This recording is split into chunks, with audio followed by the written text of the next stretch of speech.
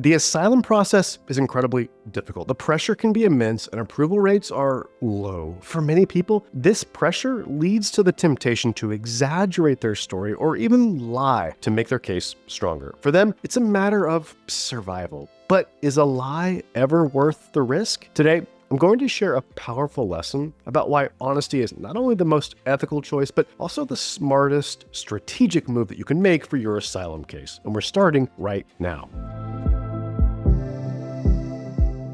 I'm Brian Manning, and I used to be an asylum officer with the government, but now, as an asylum lawyer, my firm helps immigrants all over the country to secure their future in America through asylum. Let me know in the comments if you've got an asylum case pending, or maybe you're considering applying. And listen, I'd especially like to hear from you if you've been waiting for an asylum interview for multiple years. Let me know in the comments how long you've been waiting. Look, honesty is the best policy. Look, I know it sounds trite, but I cannot stress this enough when it comes to your asylum case. You must be completely truthful in all of your written materials and at your asylum interview. Now look, some people feel an intense pressure to exaggerate or even lie in their asylum claim. And I get it. The reason for this is understandable. You're in a difficult and vulnerable position. The stakes are incredibly high, and so people take drastic measures to try to stay safe and secure a future for themselves and their family. And you may even be encouraged to lie or exaggerate by people around you, or perhaps by an unethical document preparer, or even a lawyer, as was the case in the story that I'm going to share with you in just a moment. I've seen people try to create a fraudulent asylum claim from scratch. This often involves inventing a story about past harm or threats that never actually happened. Now, others who have a real case may be tempted to exaggerate the harm that they suffered or, make it sound more severe. Now, still others who have a real reason to fear being harmed may be tempted to lie about a protected characteristic that they don't actually possess. They might create fake social media accounts or other fabricated evidence to prove it. Let me be clear. You must not do any of these things. Do not lie. Do not exaggerate. Do not submit fraudulent documents. Don't commit immigration fraud in any way. You see, honesty is the best policy for two main reasons. So first, it's simply the right thing to do. I believe it's better to live with integrity. Telling the truth is the moral and ethical choice. This is a guiding principle for a good life, and it should certainly be a guiding principle for your asylum case. But second, and importantly, honesty is strategically smart. Asylum officers are trained to spot fraud and inconsistency. So I spent 11 years working for the government's two main agencies for asylum and refugee matters, and during that time, I adjudicated thousands of immigration applications. I can tell you that asylum officers have tools and resources to check your story that might surprise you. They'll review all prior immigration applications you've submitted and any interviews that you've had, and they have access to government databases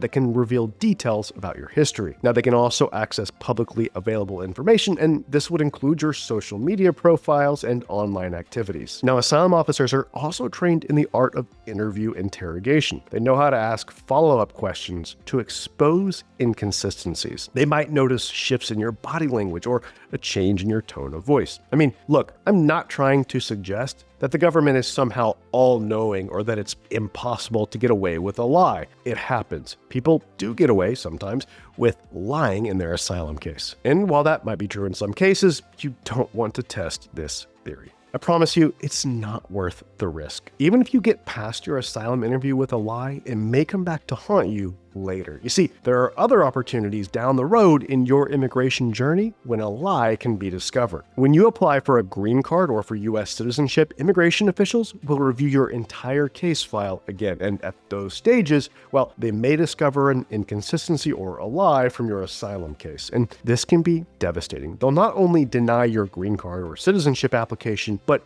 they can also strip you of your asylum status, placing you in deportation proceedings. And this could lead to you being deported after you thought you were safe. The government may even accuse you of a crime for having lied on your immigration application. So the consequences are extremely serious and can affect your entire future in the United States. It's not just about getting denied, it's about facing the possibility of being permanently barred from a future in the United States and potentially being sent back to the country that you fled. So look, what if you've already made a mistake? Because look, people do make mistakes. Asylum seekers are often stressed out and overwhelmed as they try to navigate the maze that is the asylum system, and they might make a poor choice and tell a lie. So what if you've already lied or exaggerated in your asylum application or maybe your supporting materials? Is it too late to come clean? No, it's not too late to come clean. I want to share with you a story about a former client of mine. He hired us after he had already submitted his asylum application. Now, his previous lawyer was one of those shady, unethical immigration lawyers who told him to lie about a second citizenship that he possessed. Now, my client was a citizen of 2 countries, but only indicated on his application form that he was a citizen of, well, just one of them. And he didn't submit anything in his supporting documents about the other country. Now, the sad thing here is that my client had a pretty decent asylum claim with respect to both countries.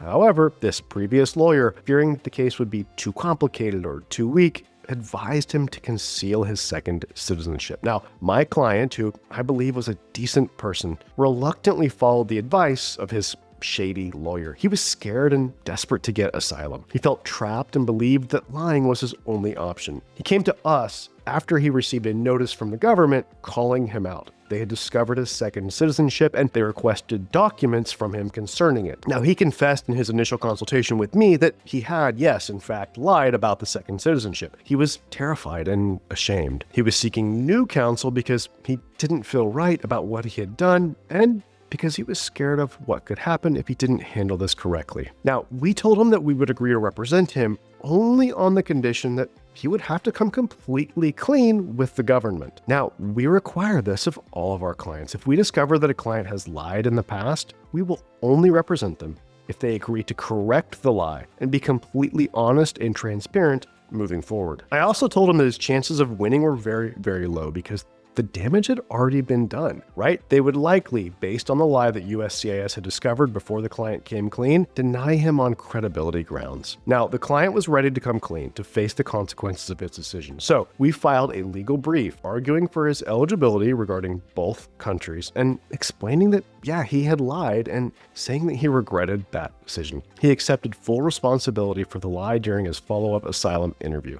And look, we essentially threw ourselves at the mercy of the asylum officer begging for forgiveness. Now, the asylum officer, seeing the client's honesty and regret and understanding that my client had been led astray by an unethical lawyer, decided to believe him. My client won his case. He came clean and he won. This is a powerful example of why honesty is the best policy. It's not too late to tell the truth. You got to be open and honest in everything you say and write, okay? Look, if you've already lied or been misleading, you should come clean. And if you need help deciding how to do that, because yeah, it's delicate, well, you should give us a call. We've had success with this and we may be able to help you. If you're ready to take the next step and get help with your asylum case, then please call my office today. That number is 713-909-0401. And remember, we help people all over the country, so it doesn't matter where you live. Call us now to schedule an asylum strategy session so that we can help you to secure your future in America through asylum. Again, I'm Brian Manning, and it's an honor to serve you in your asylum journey.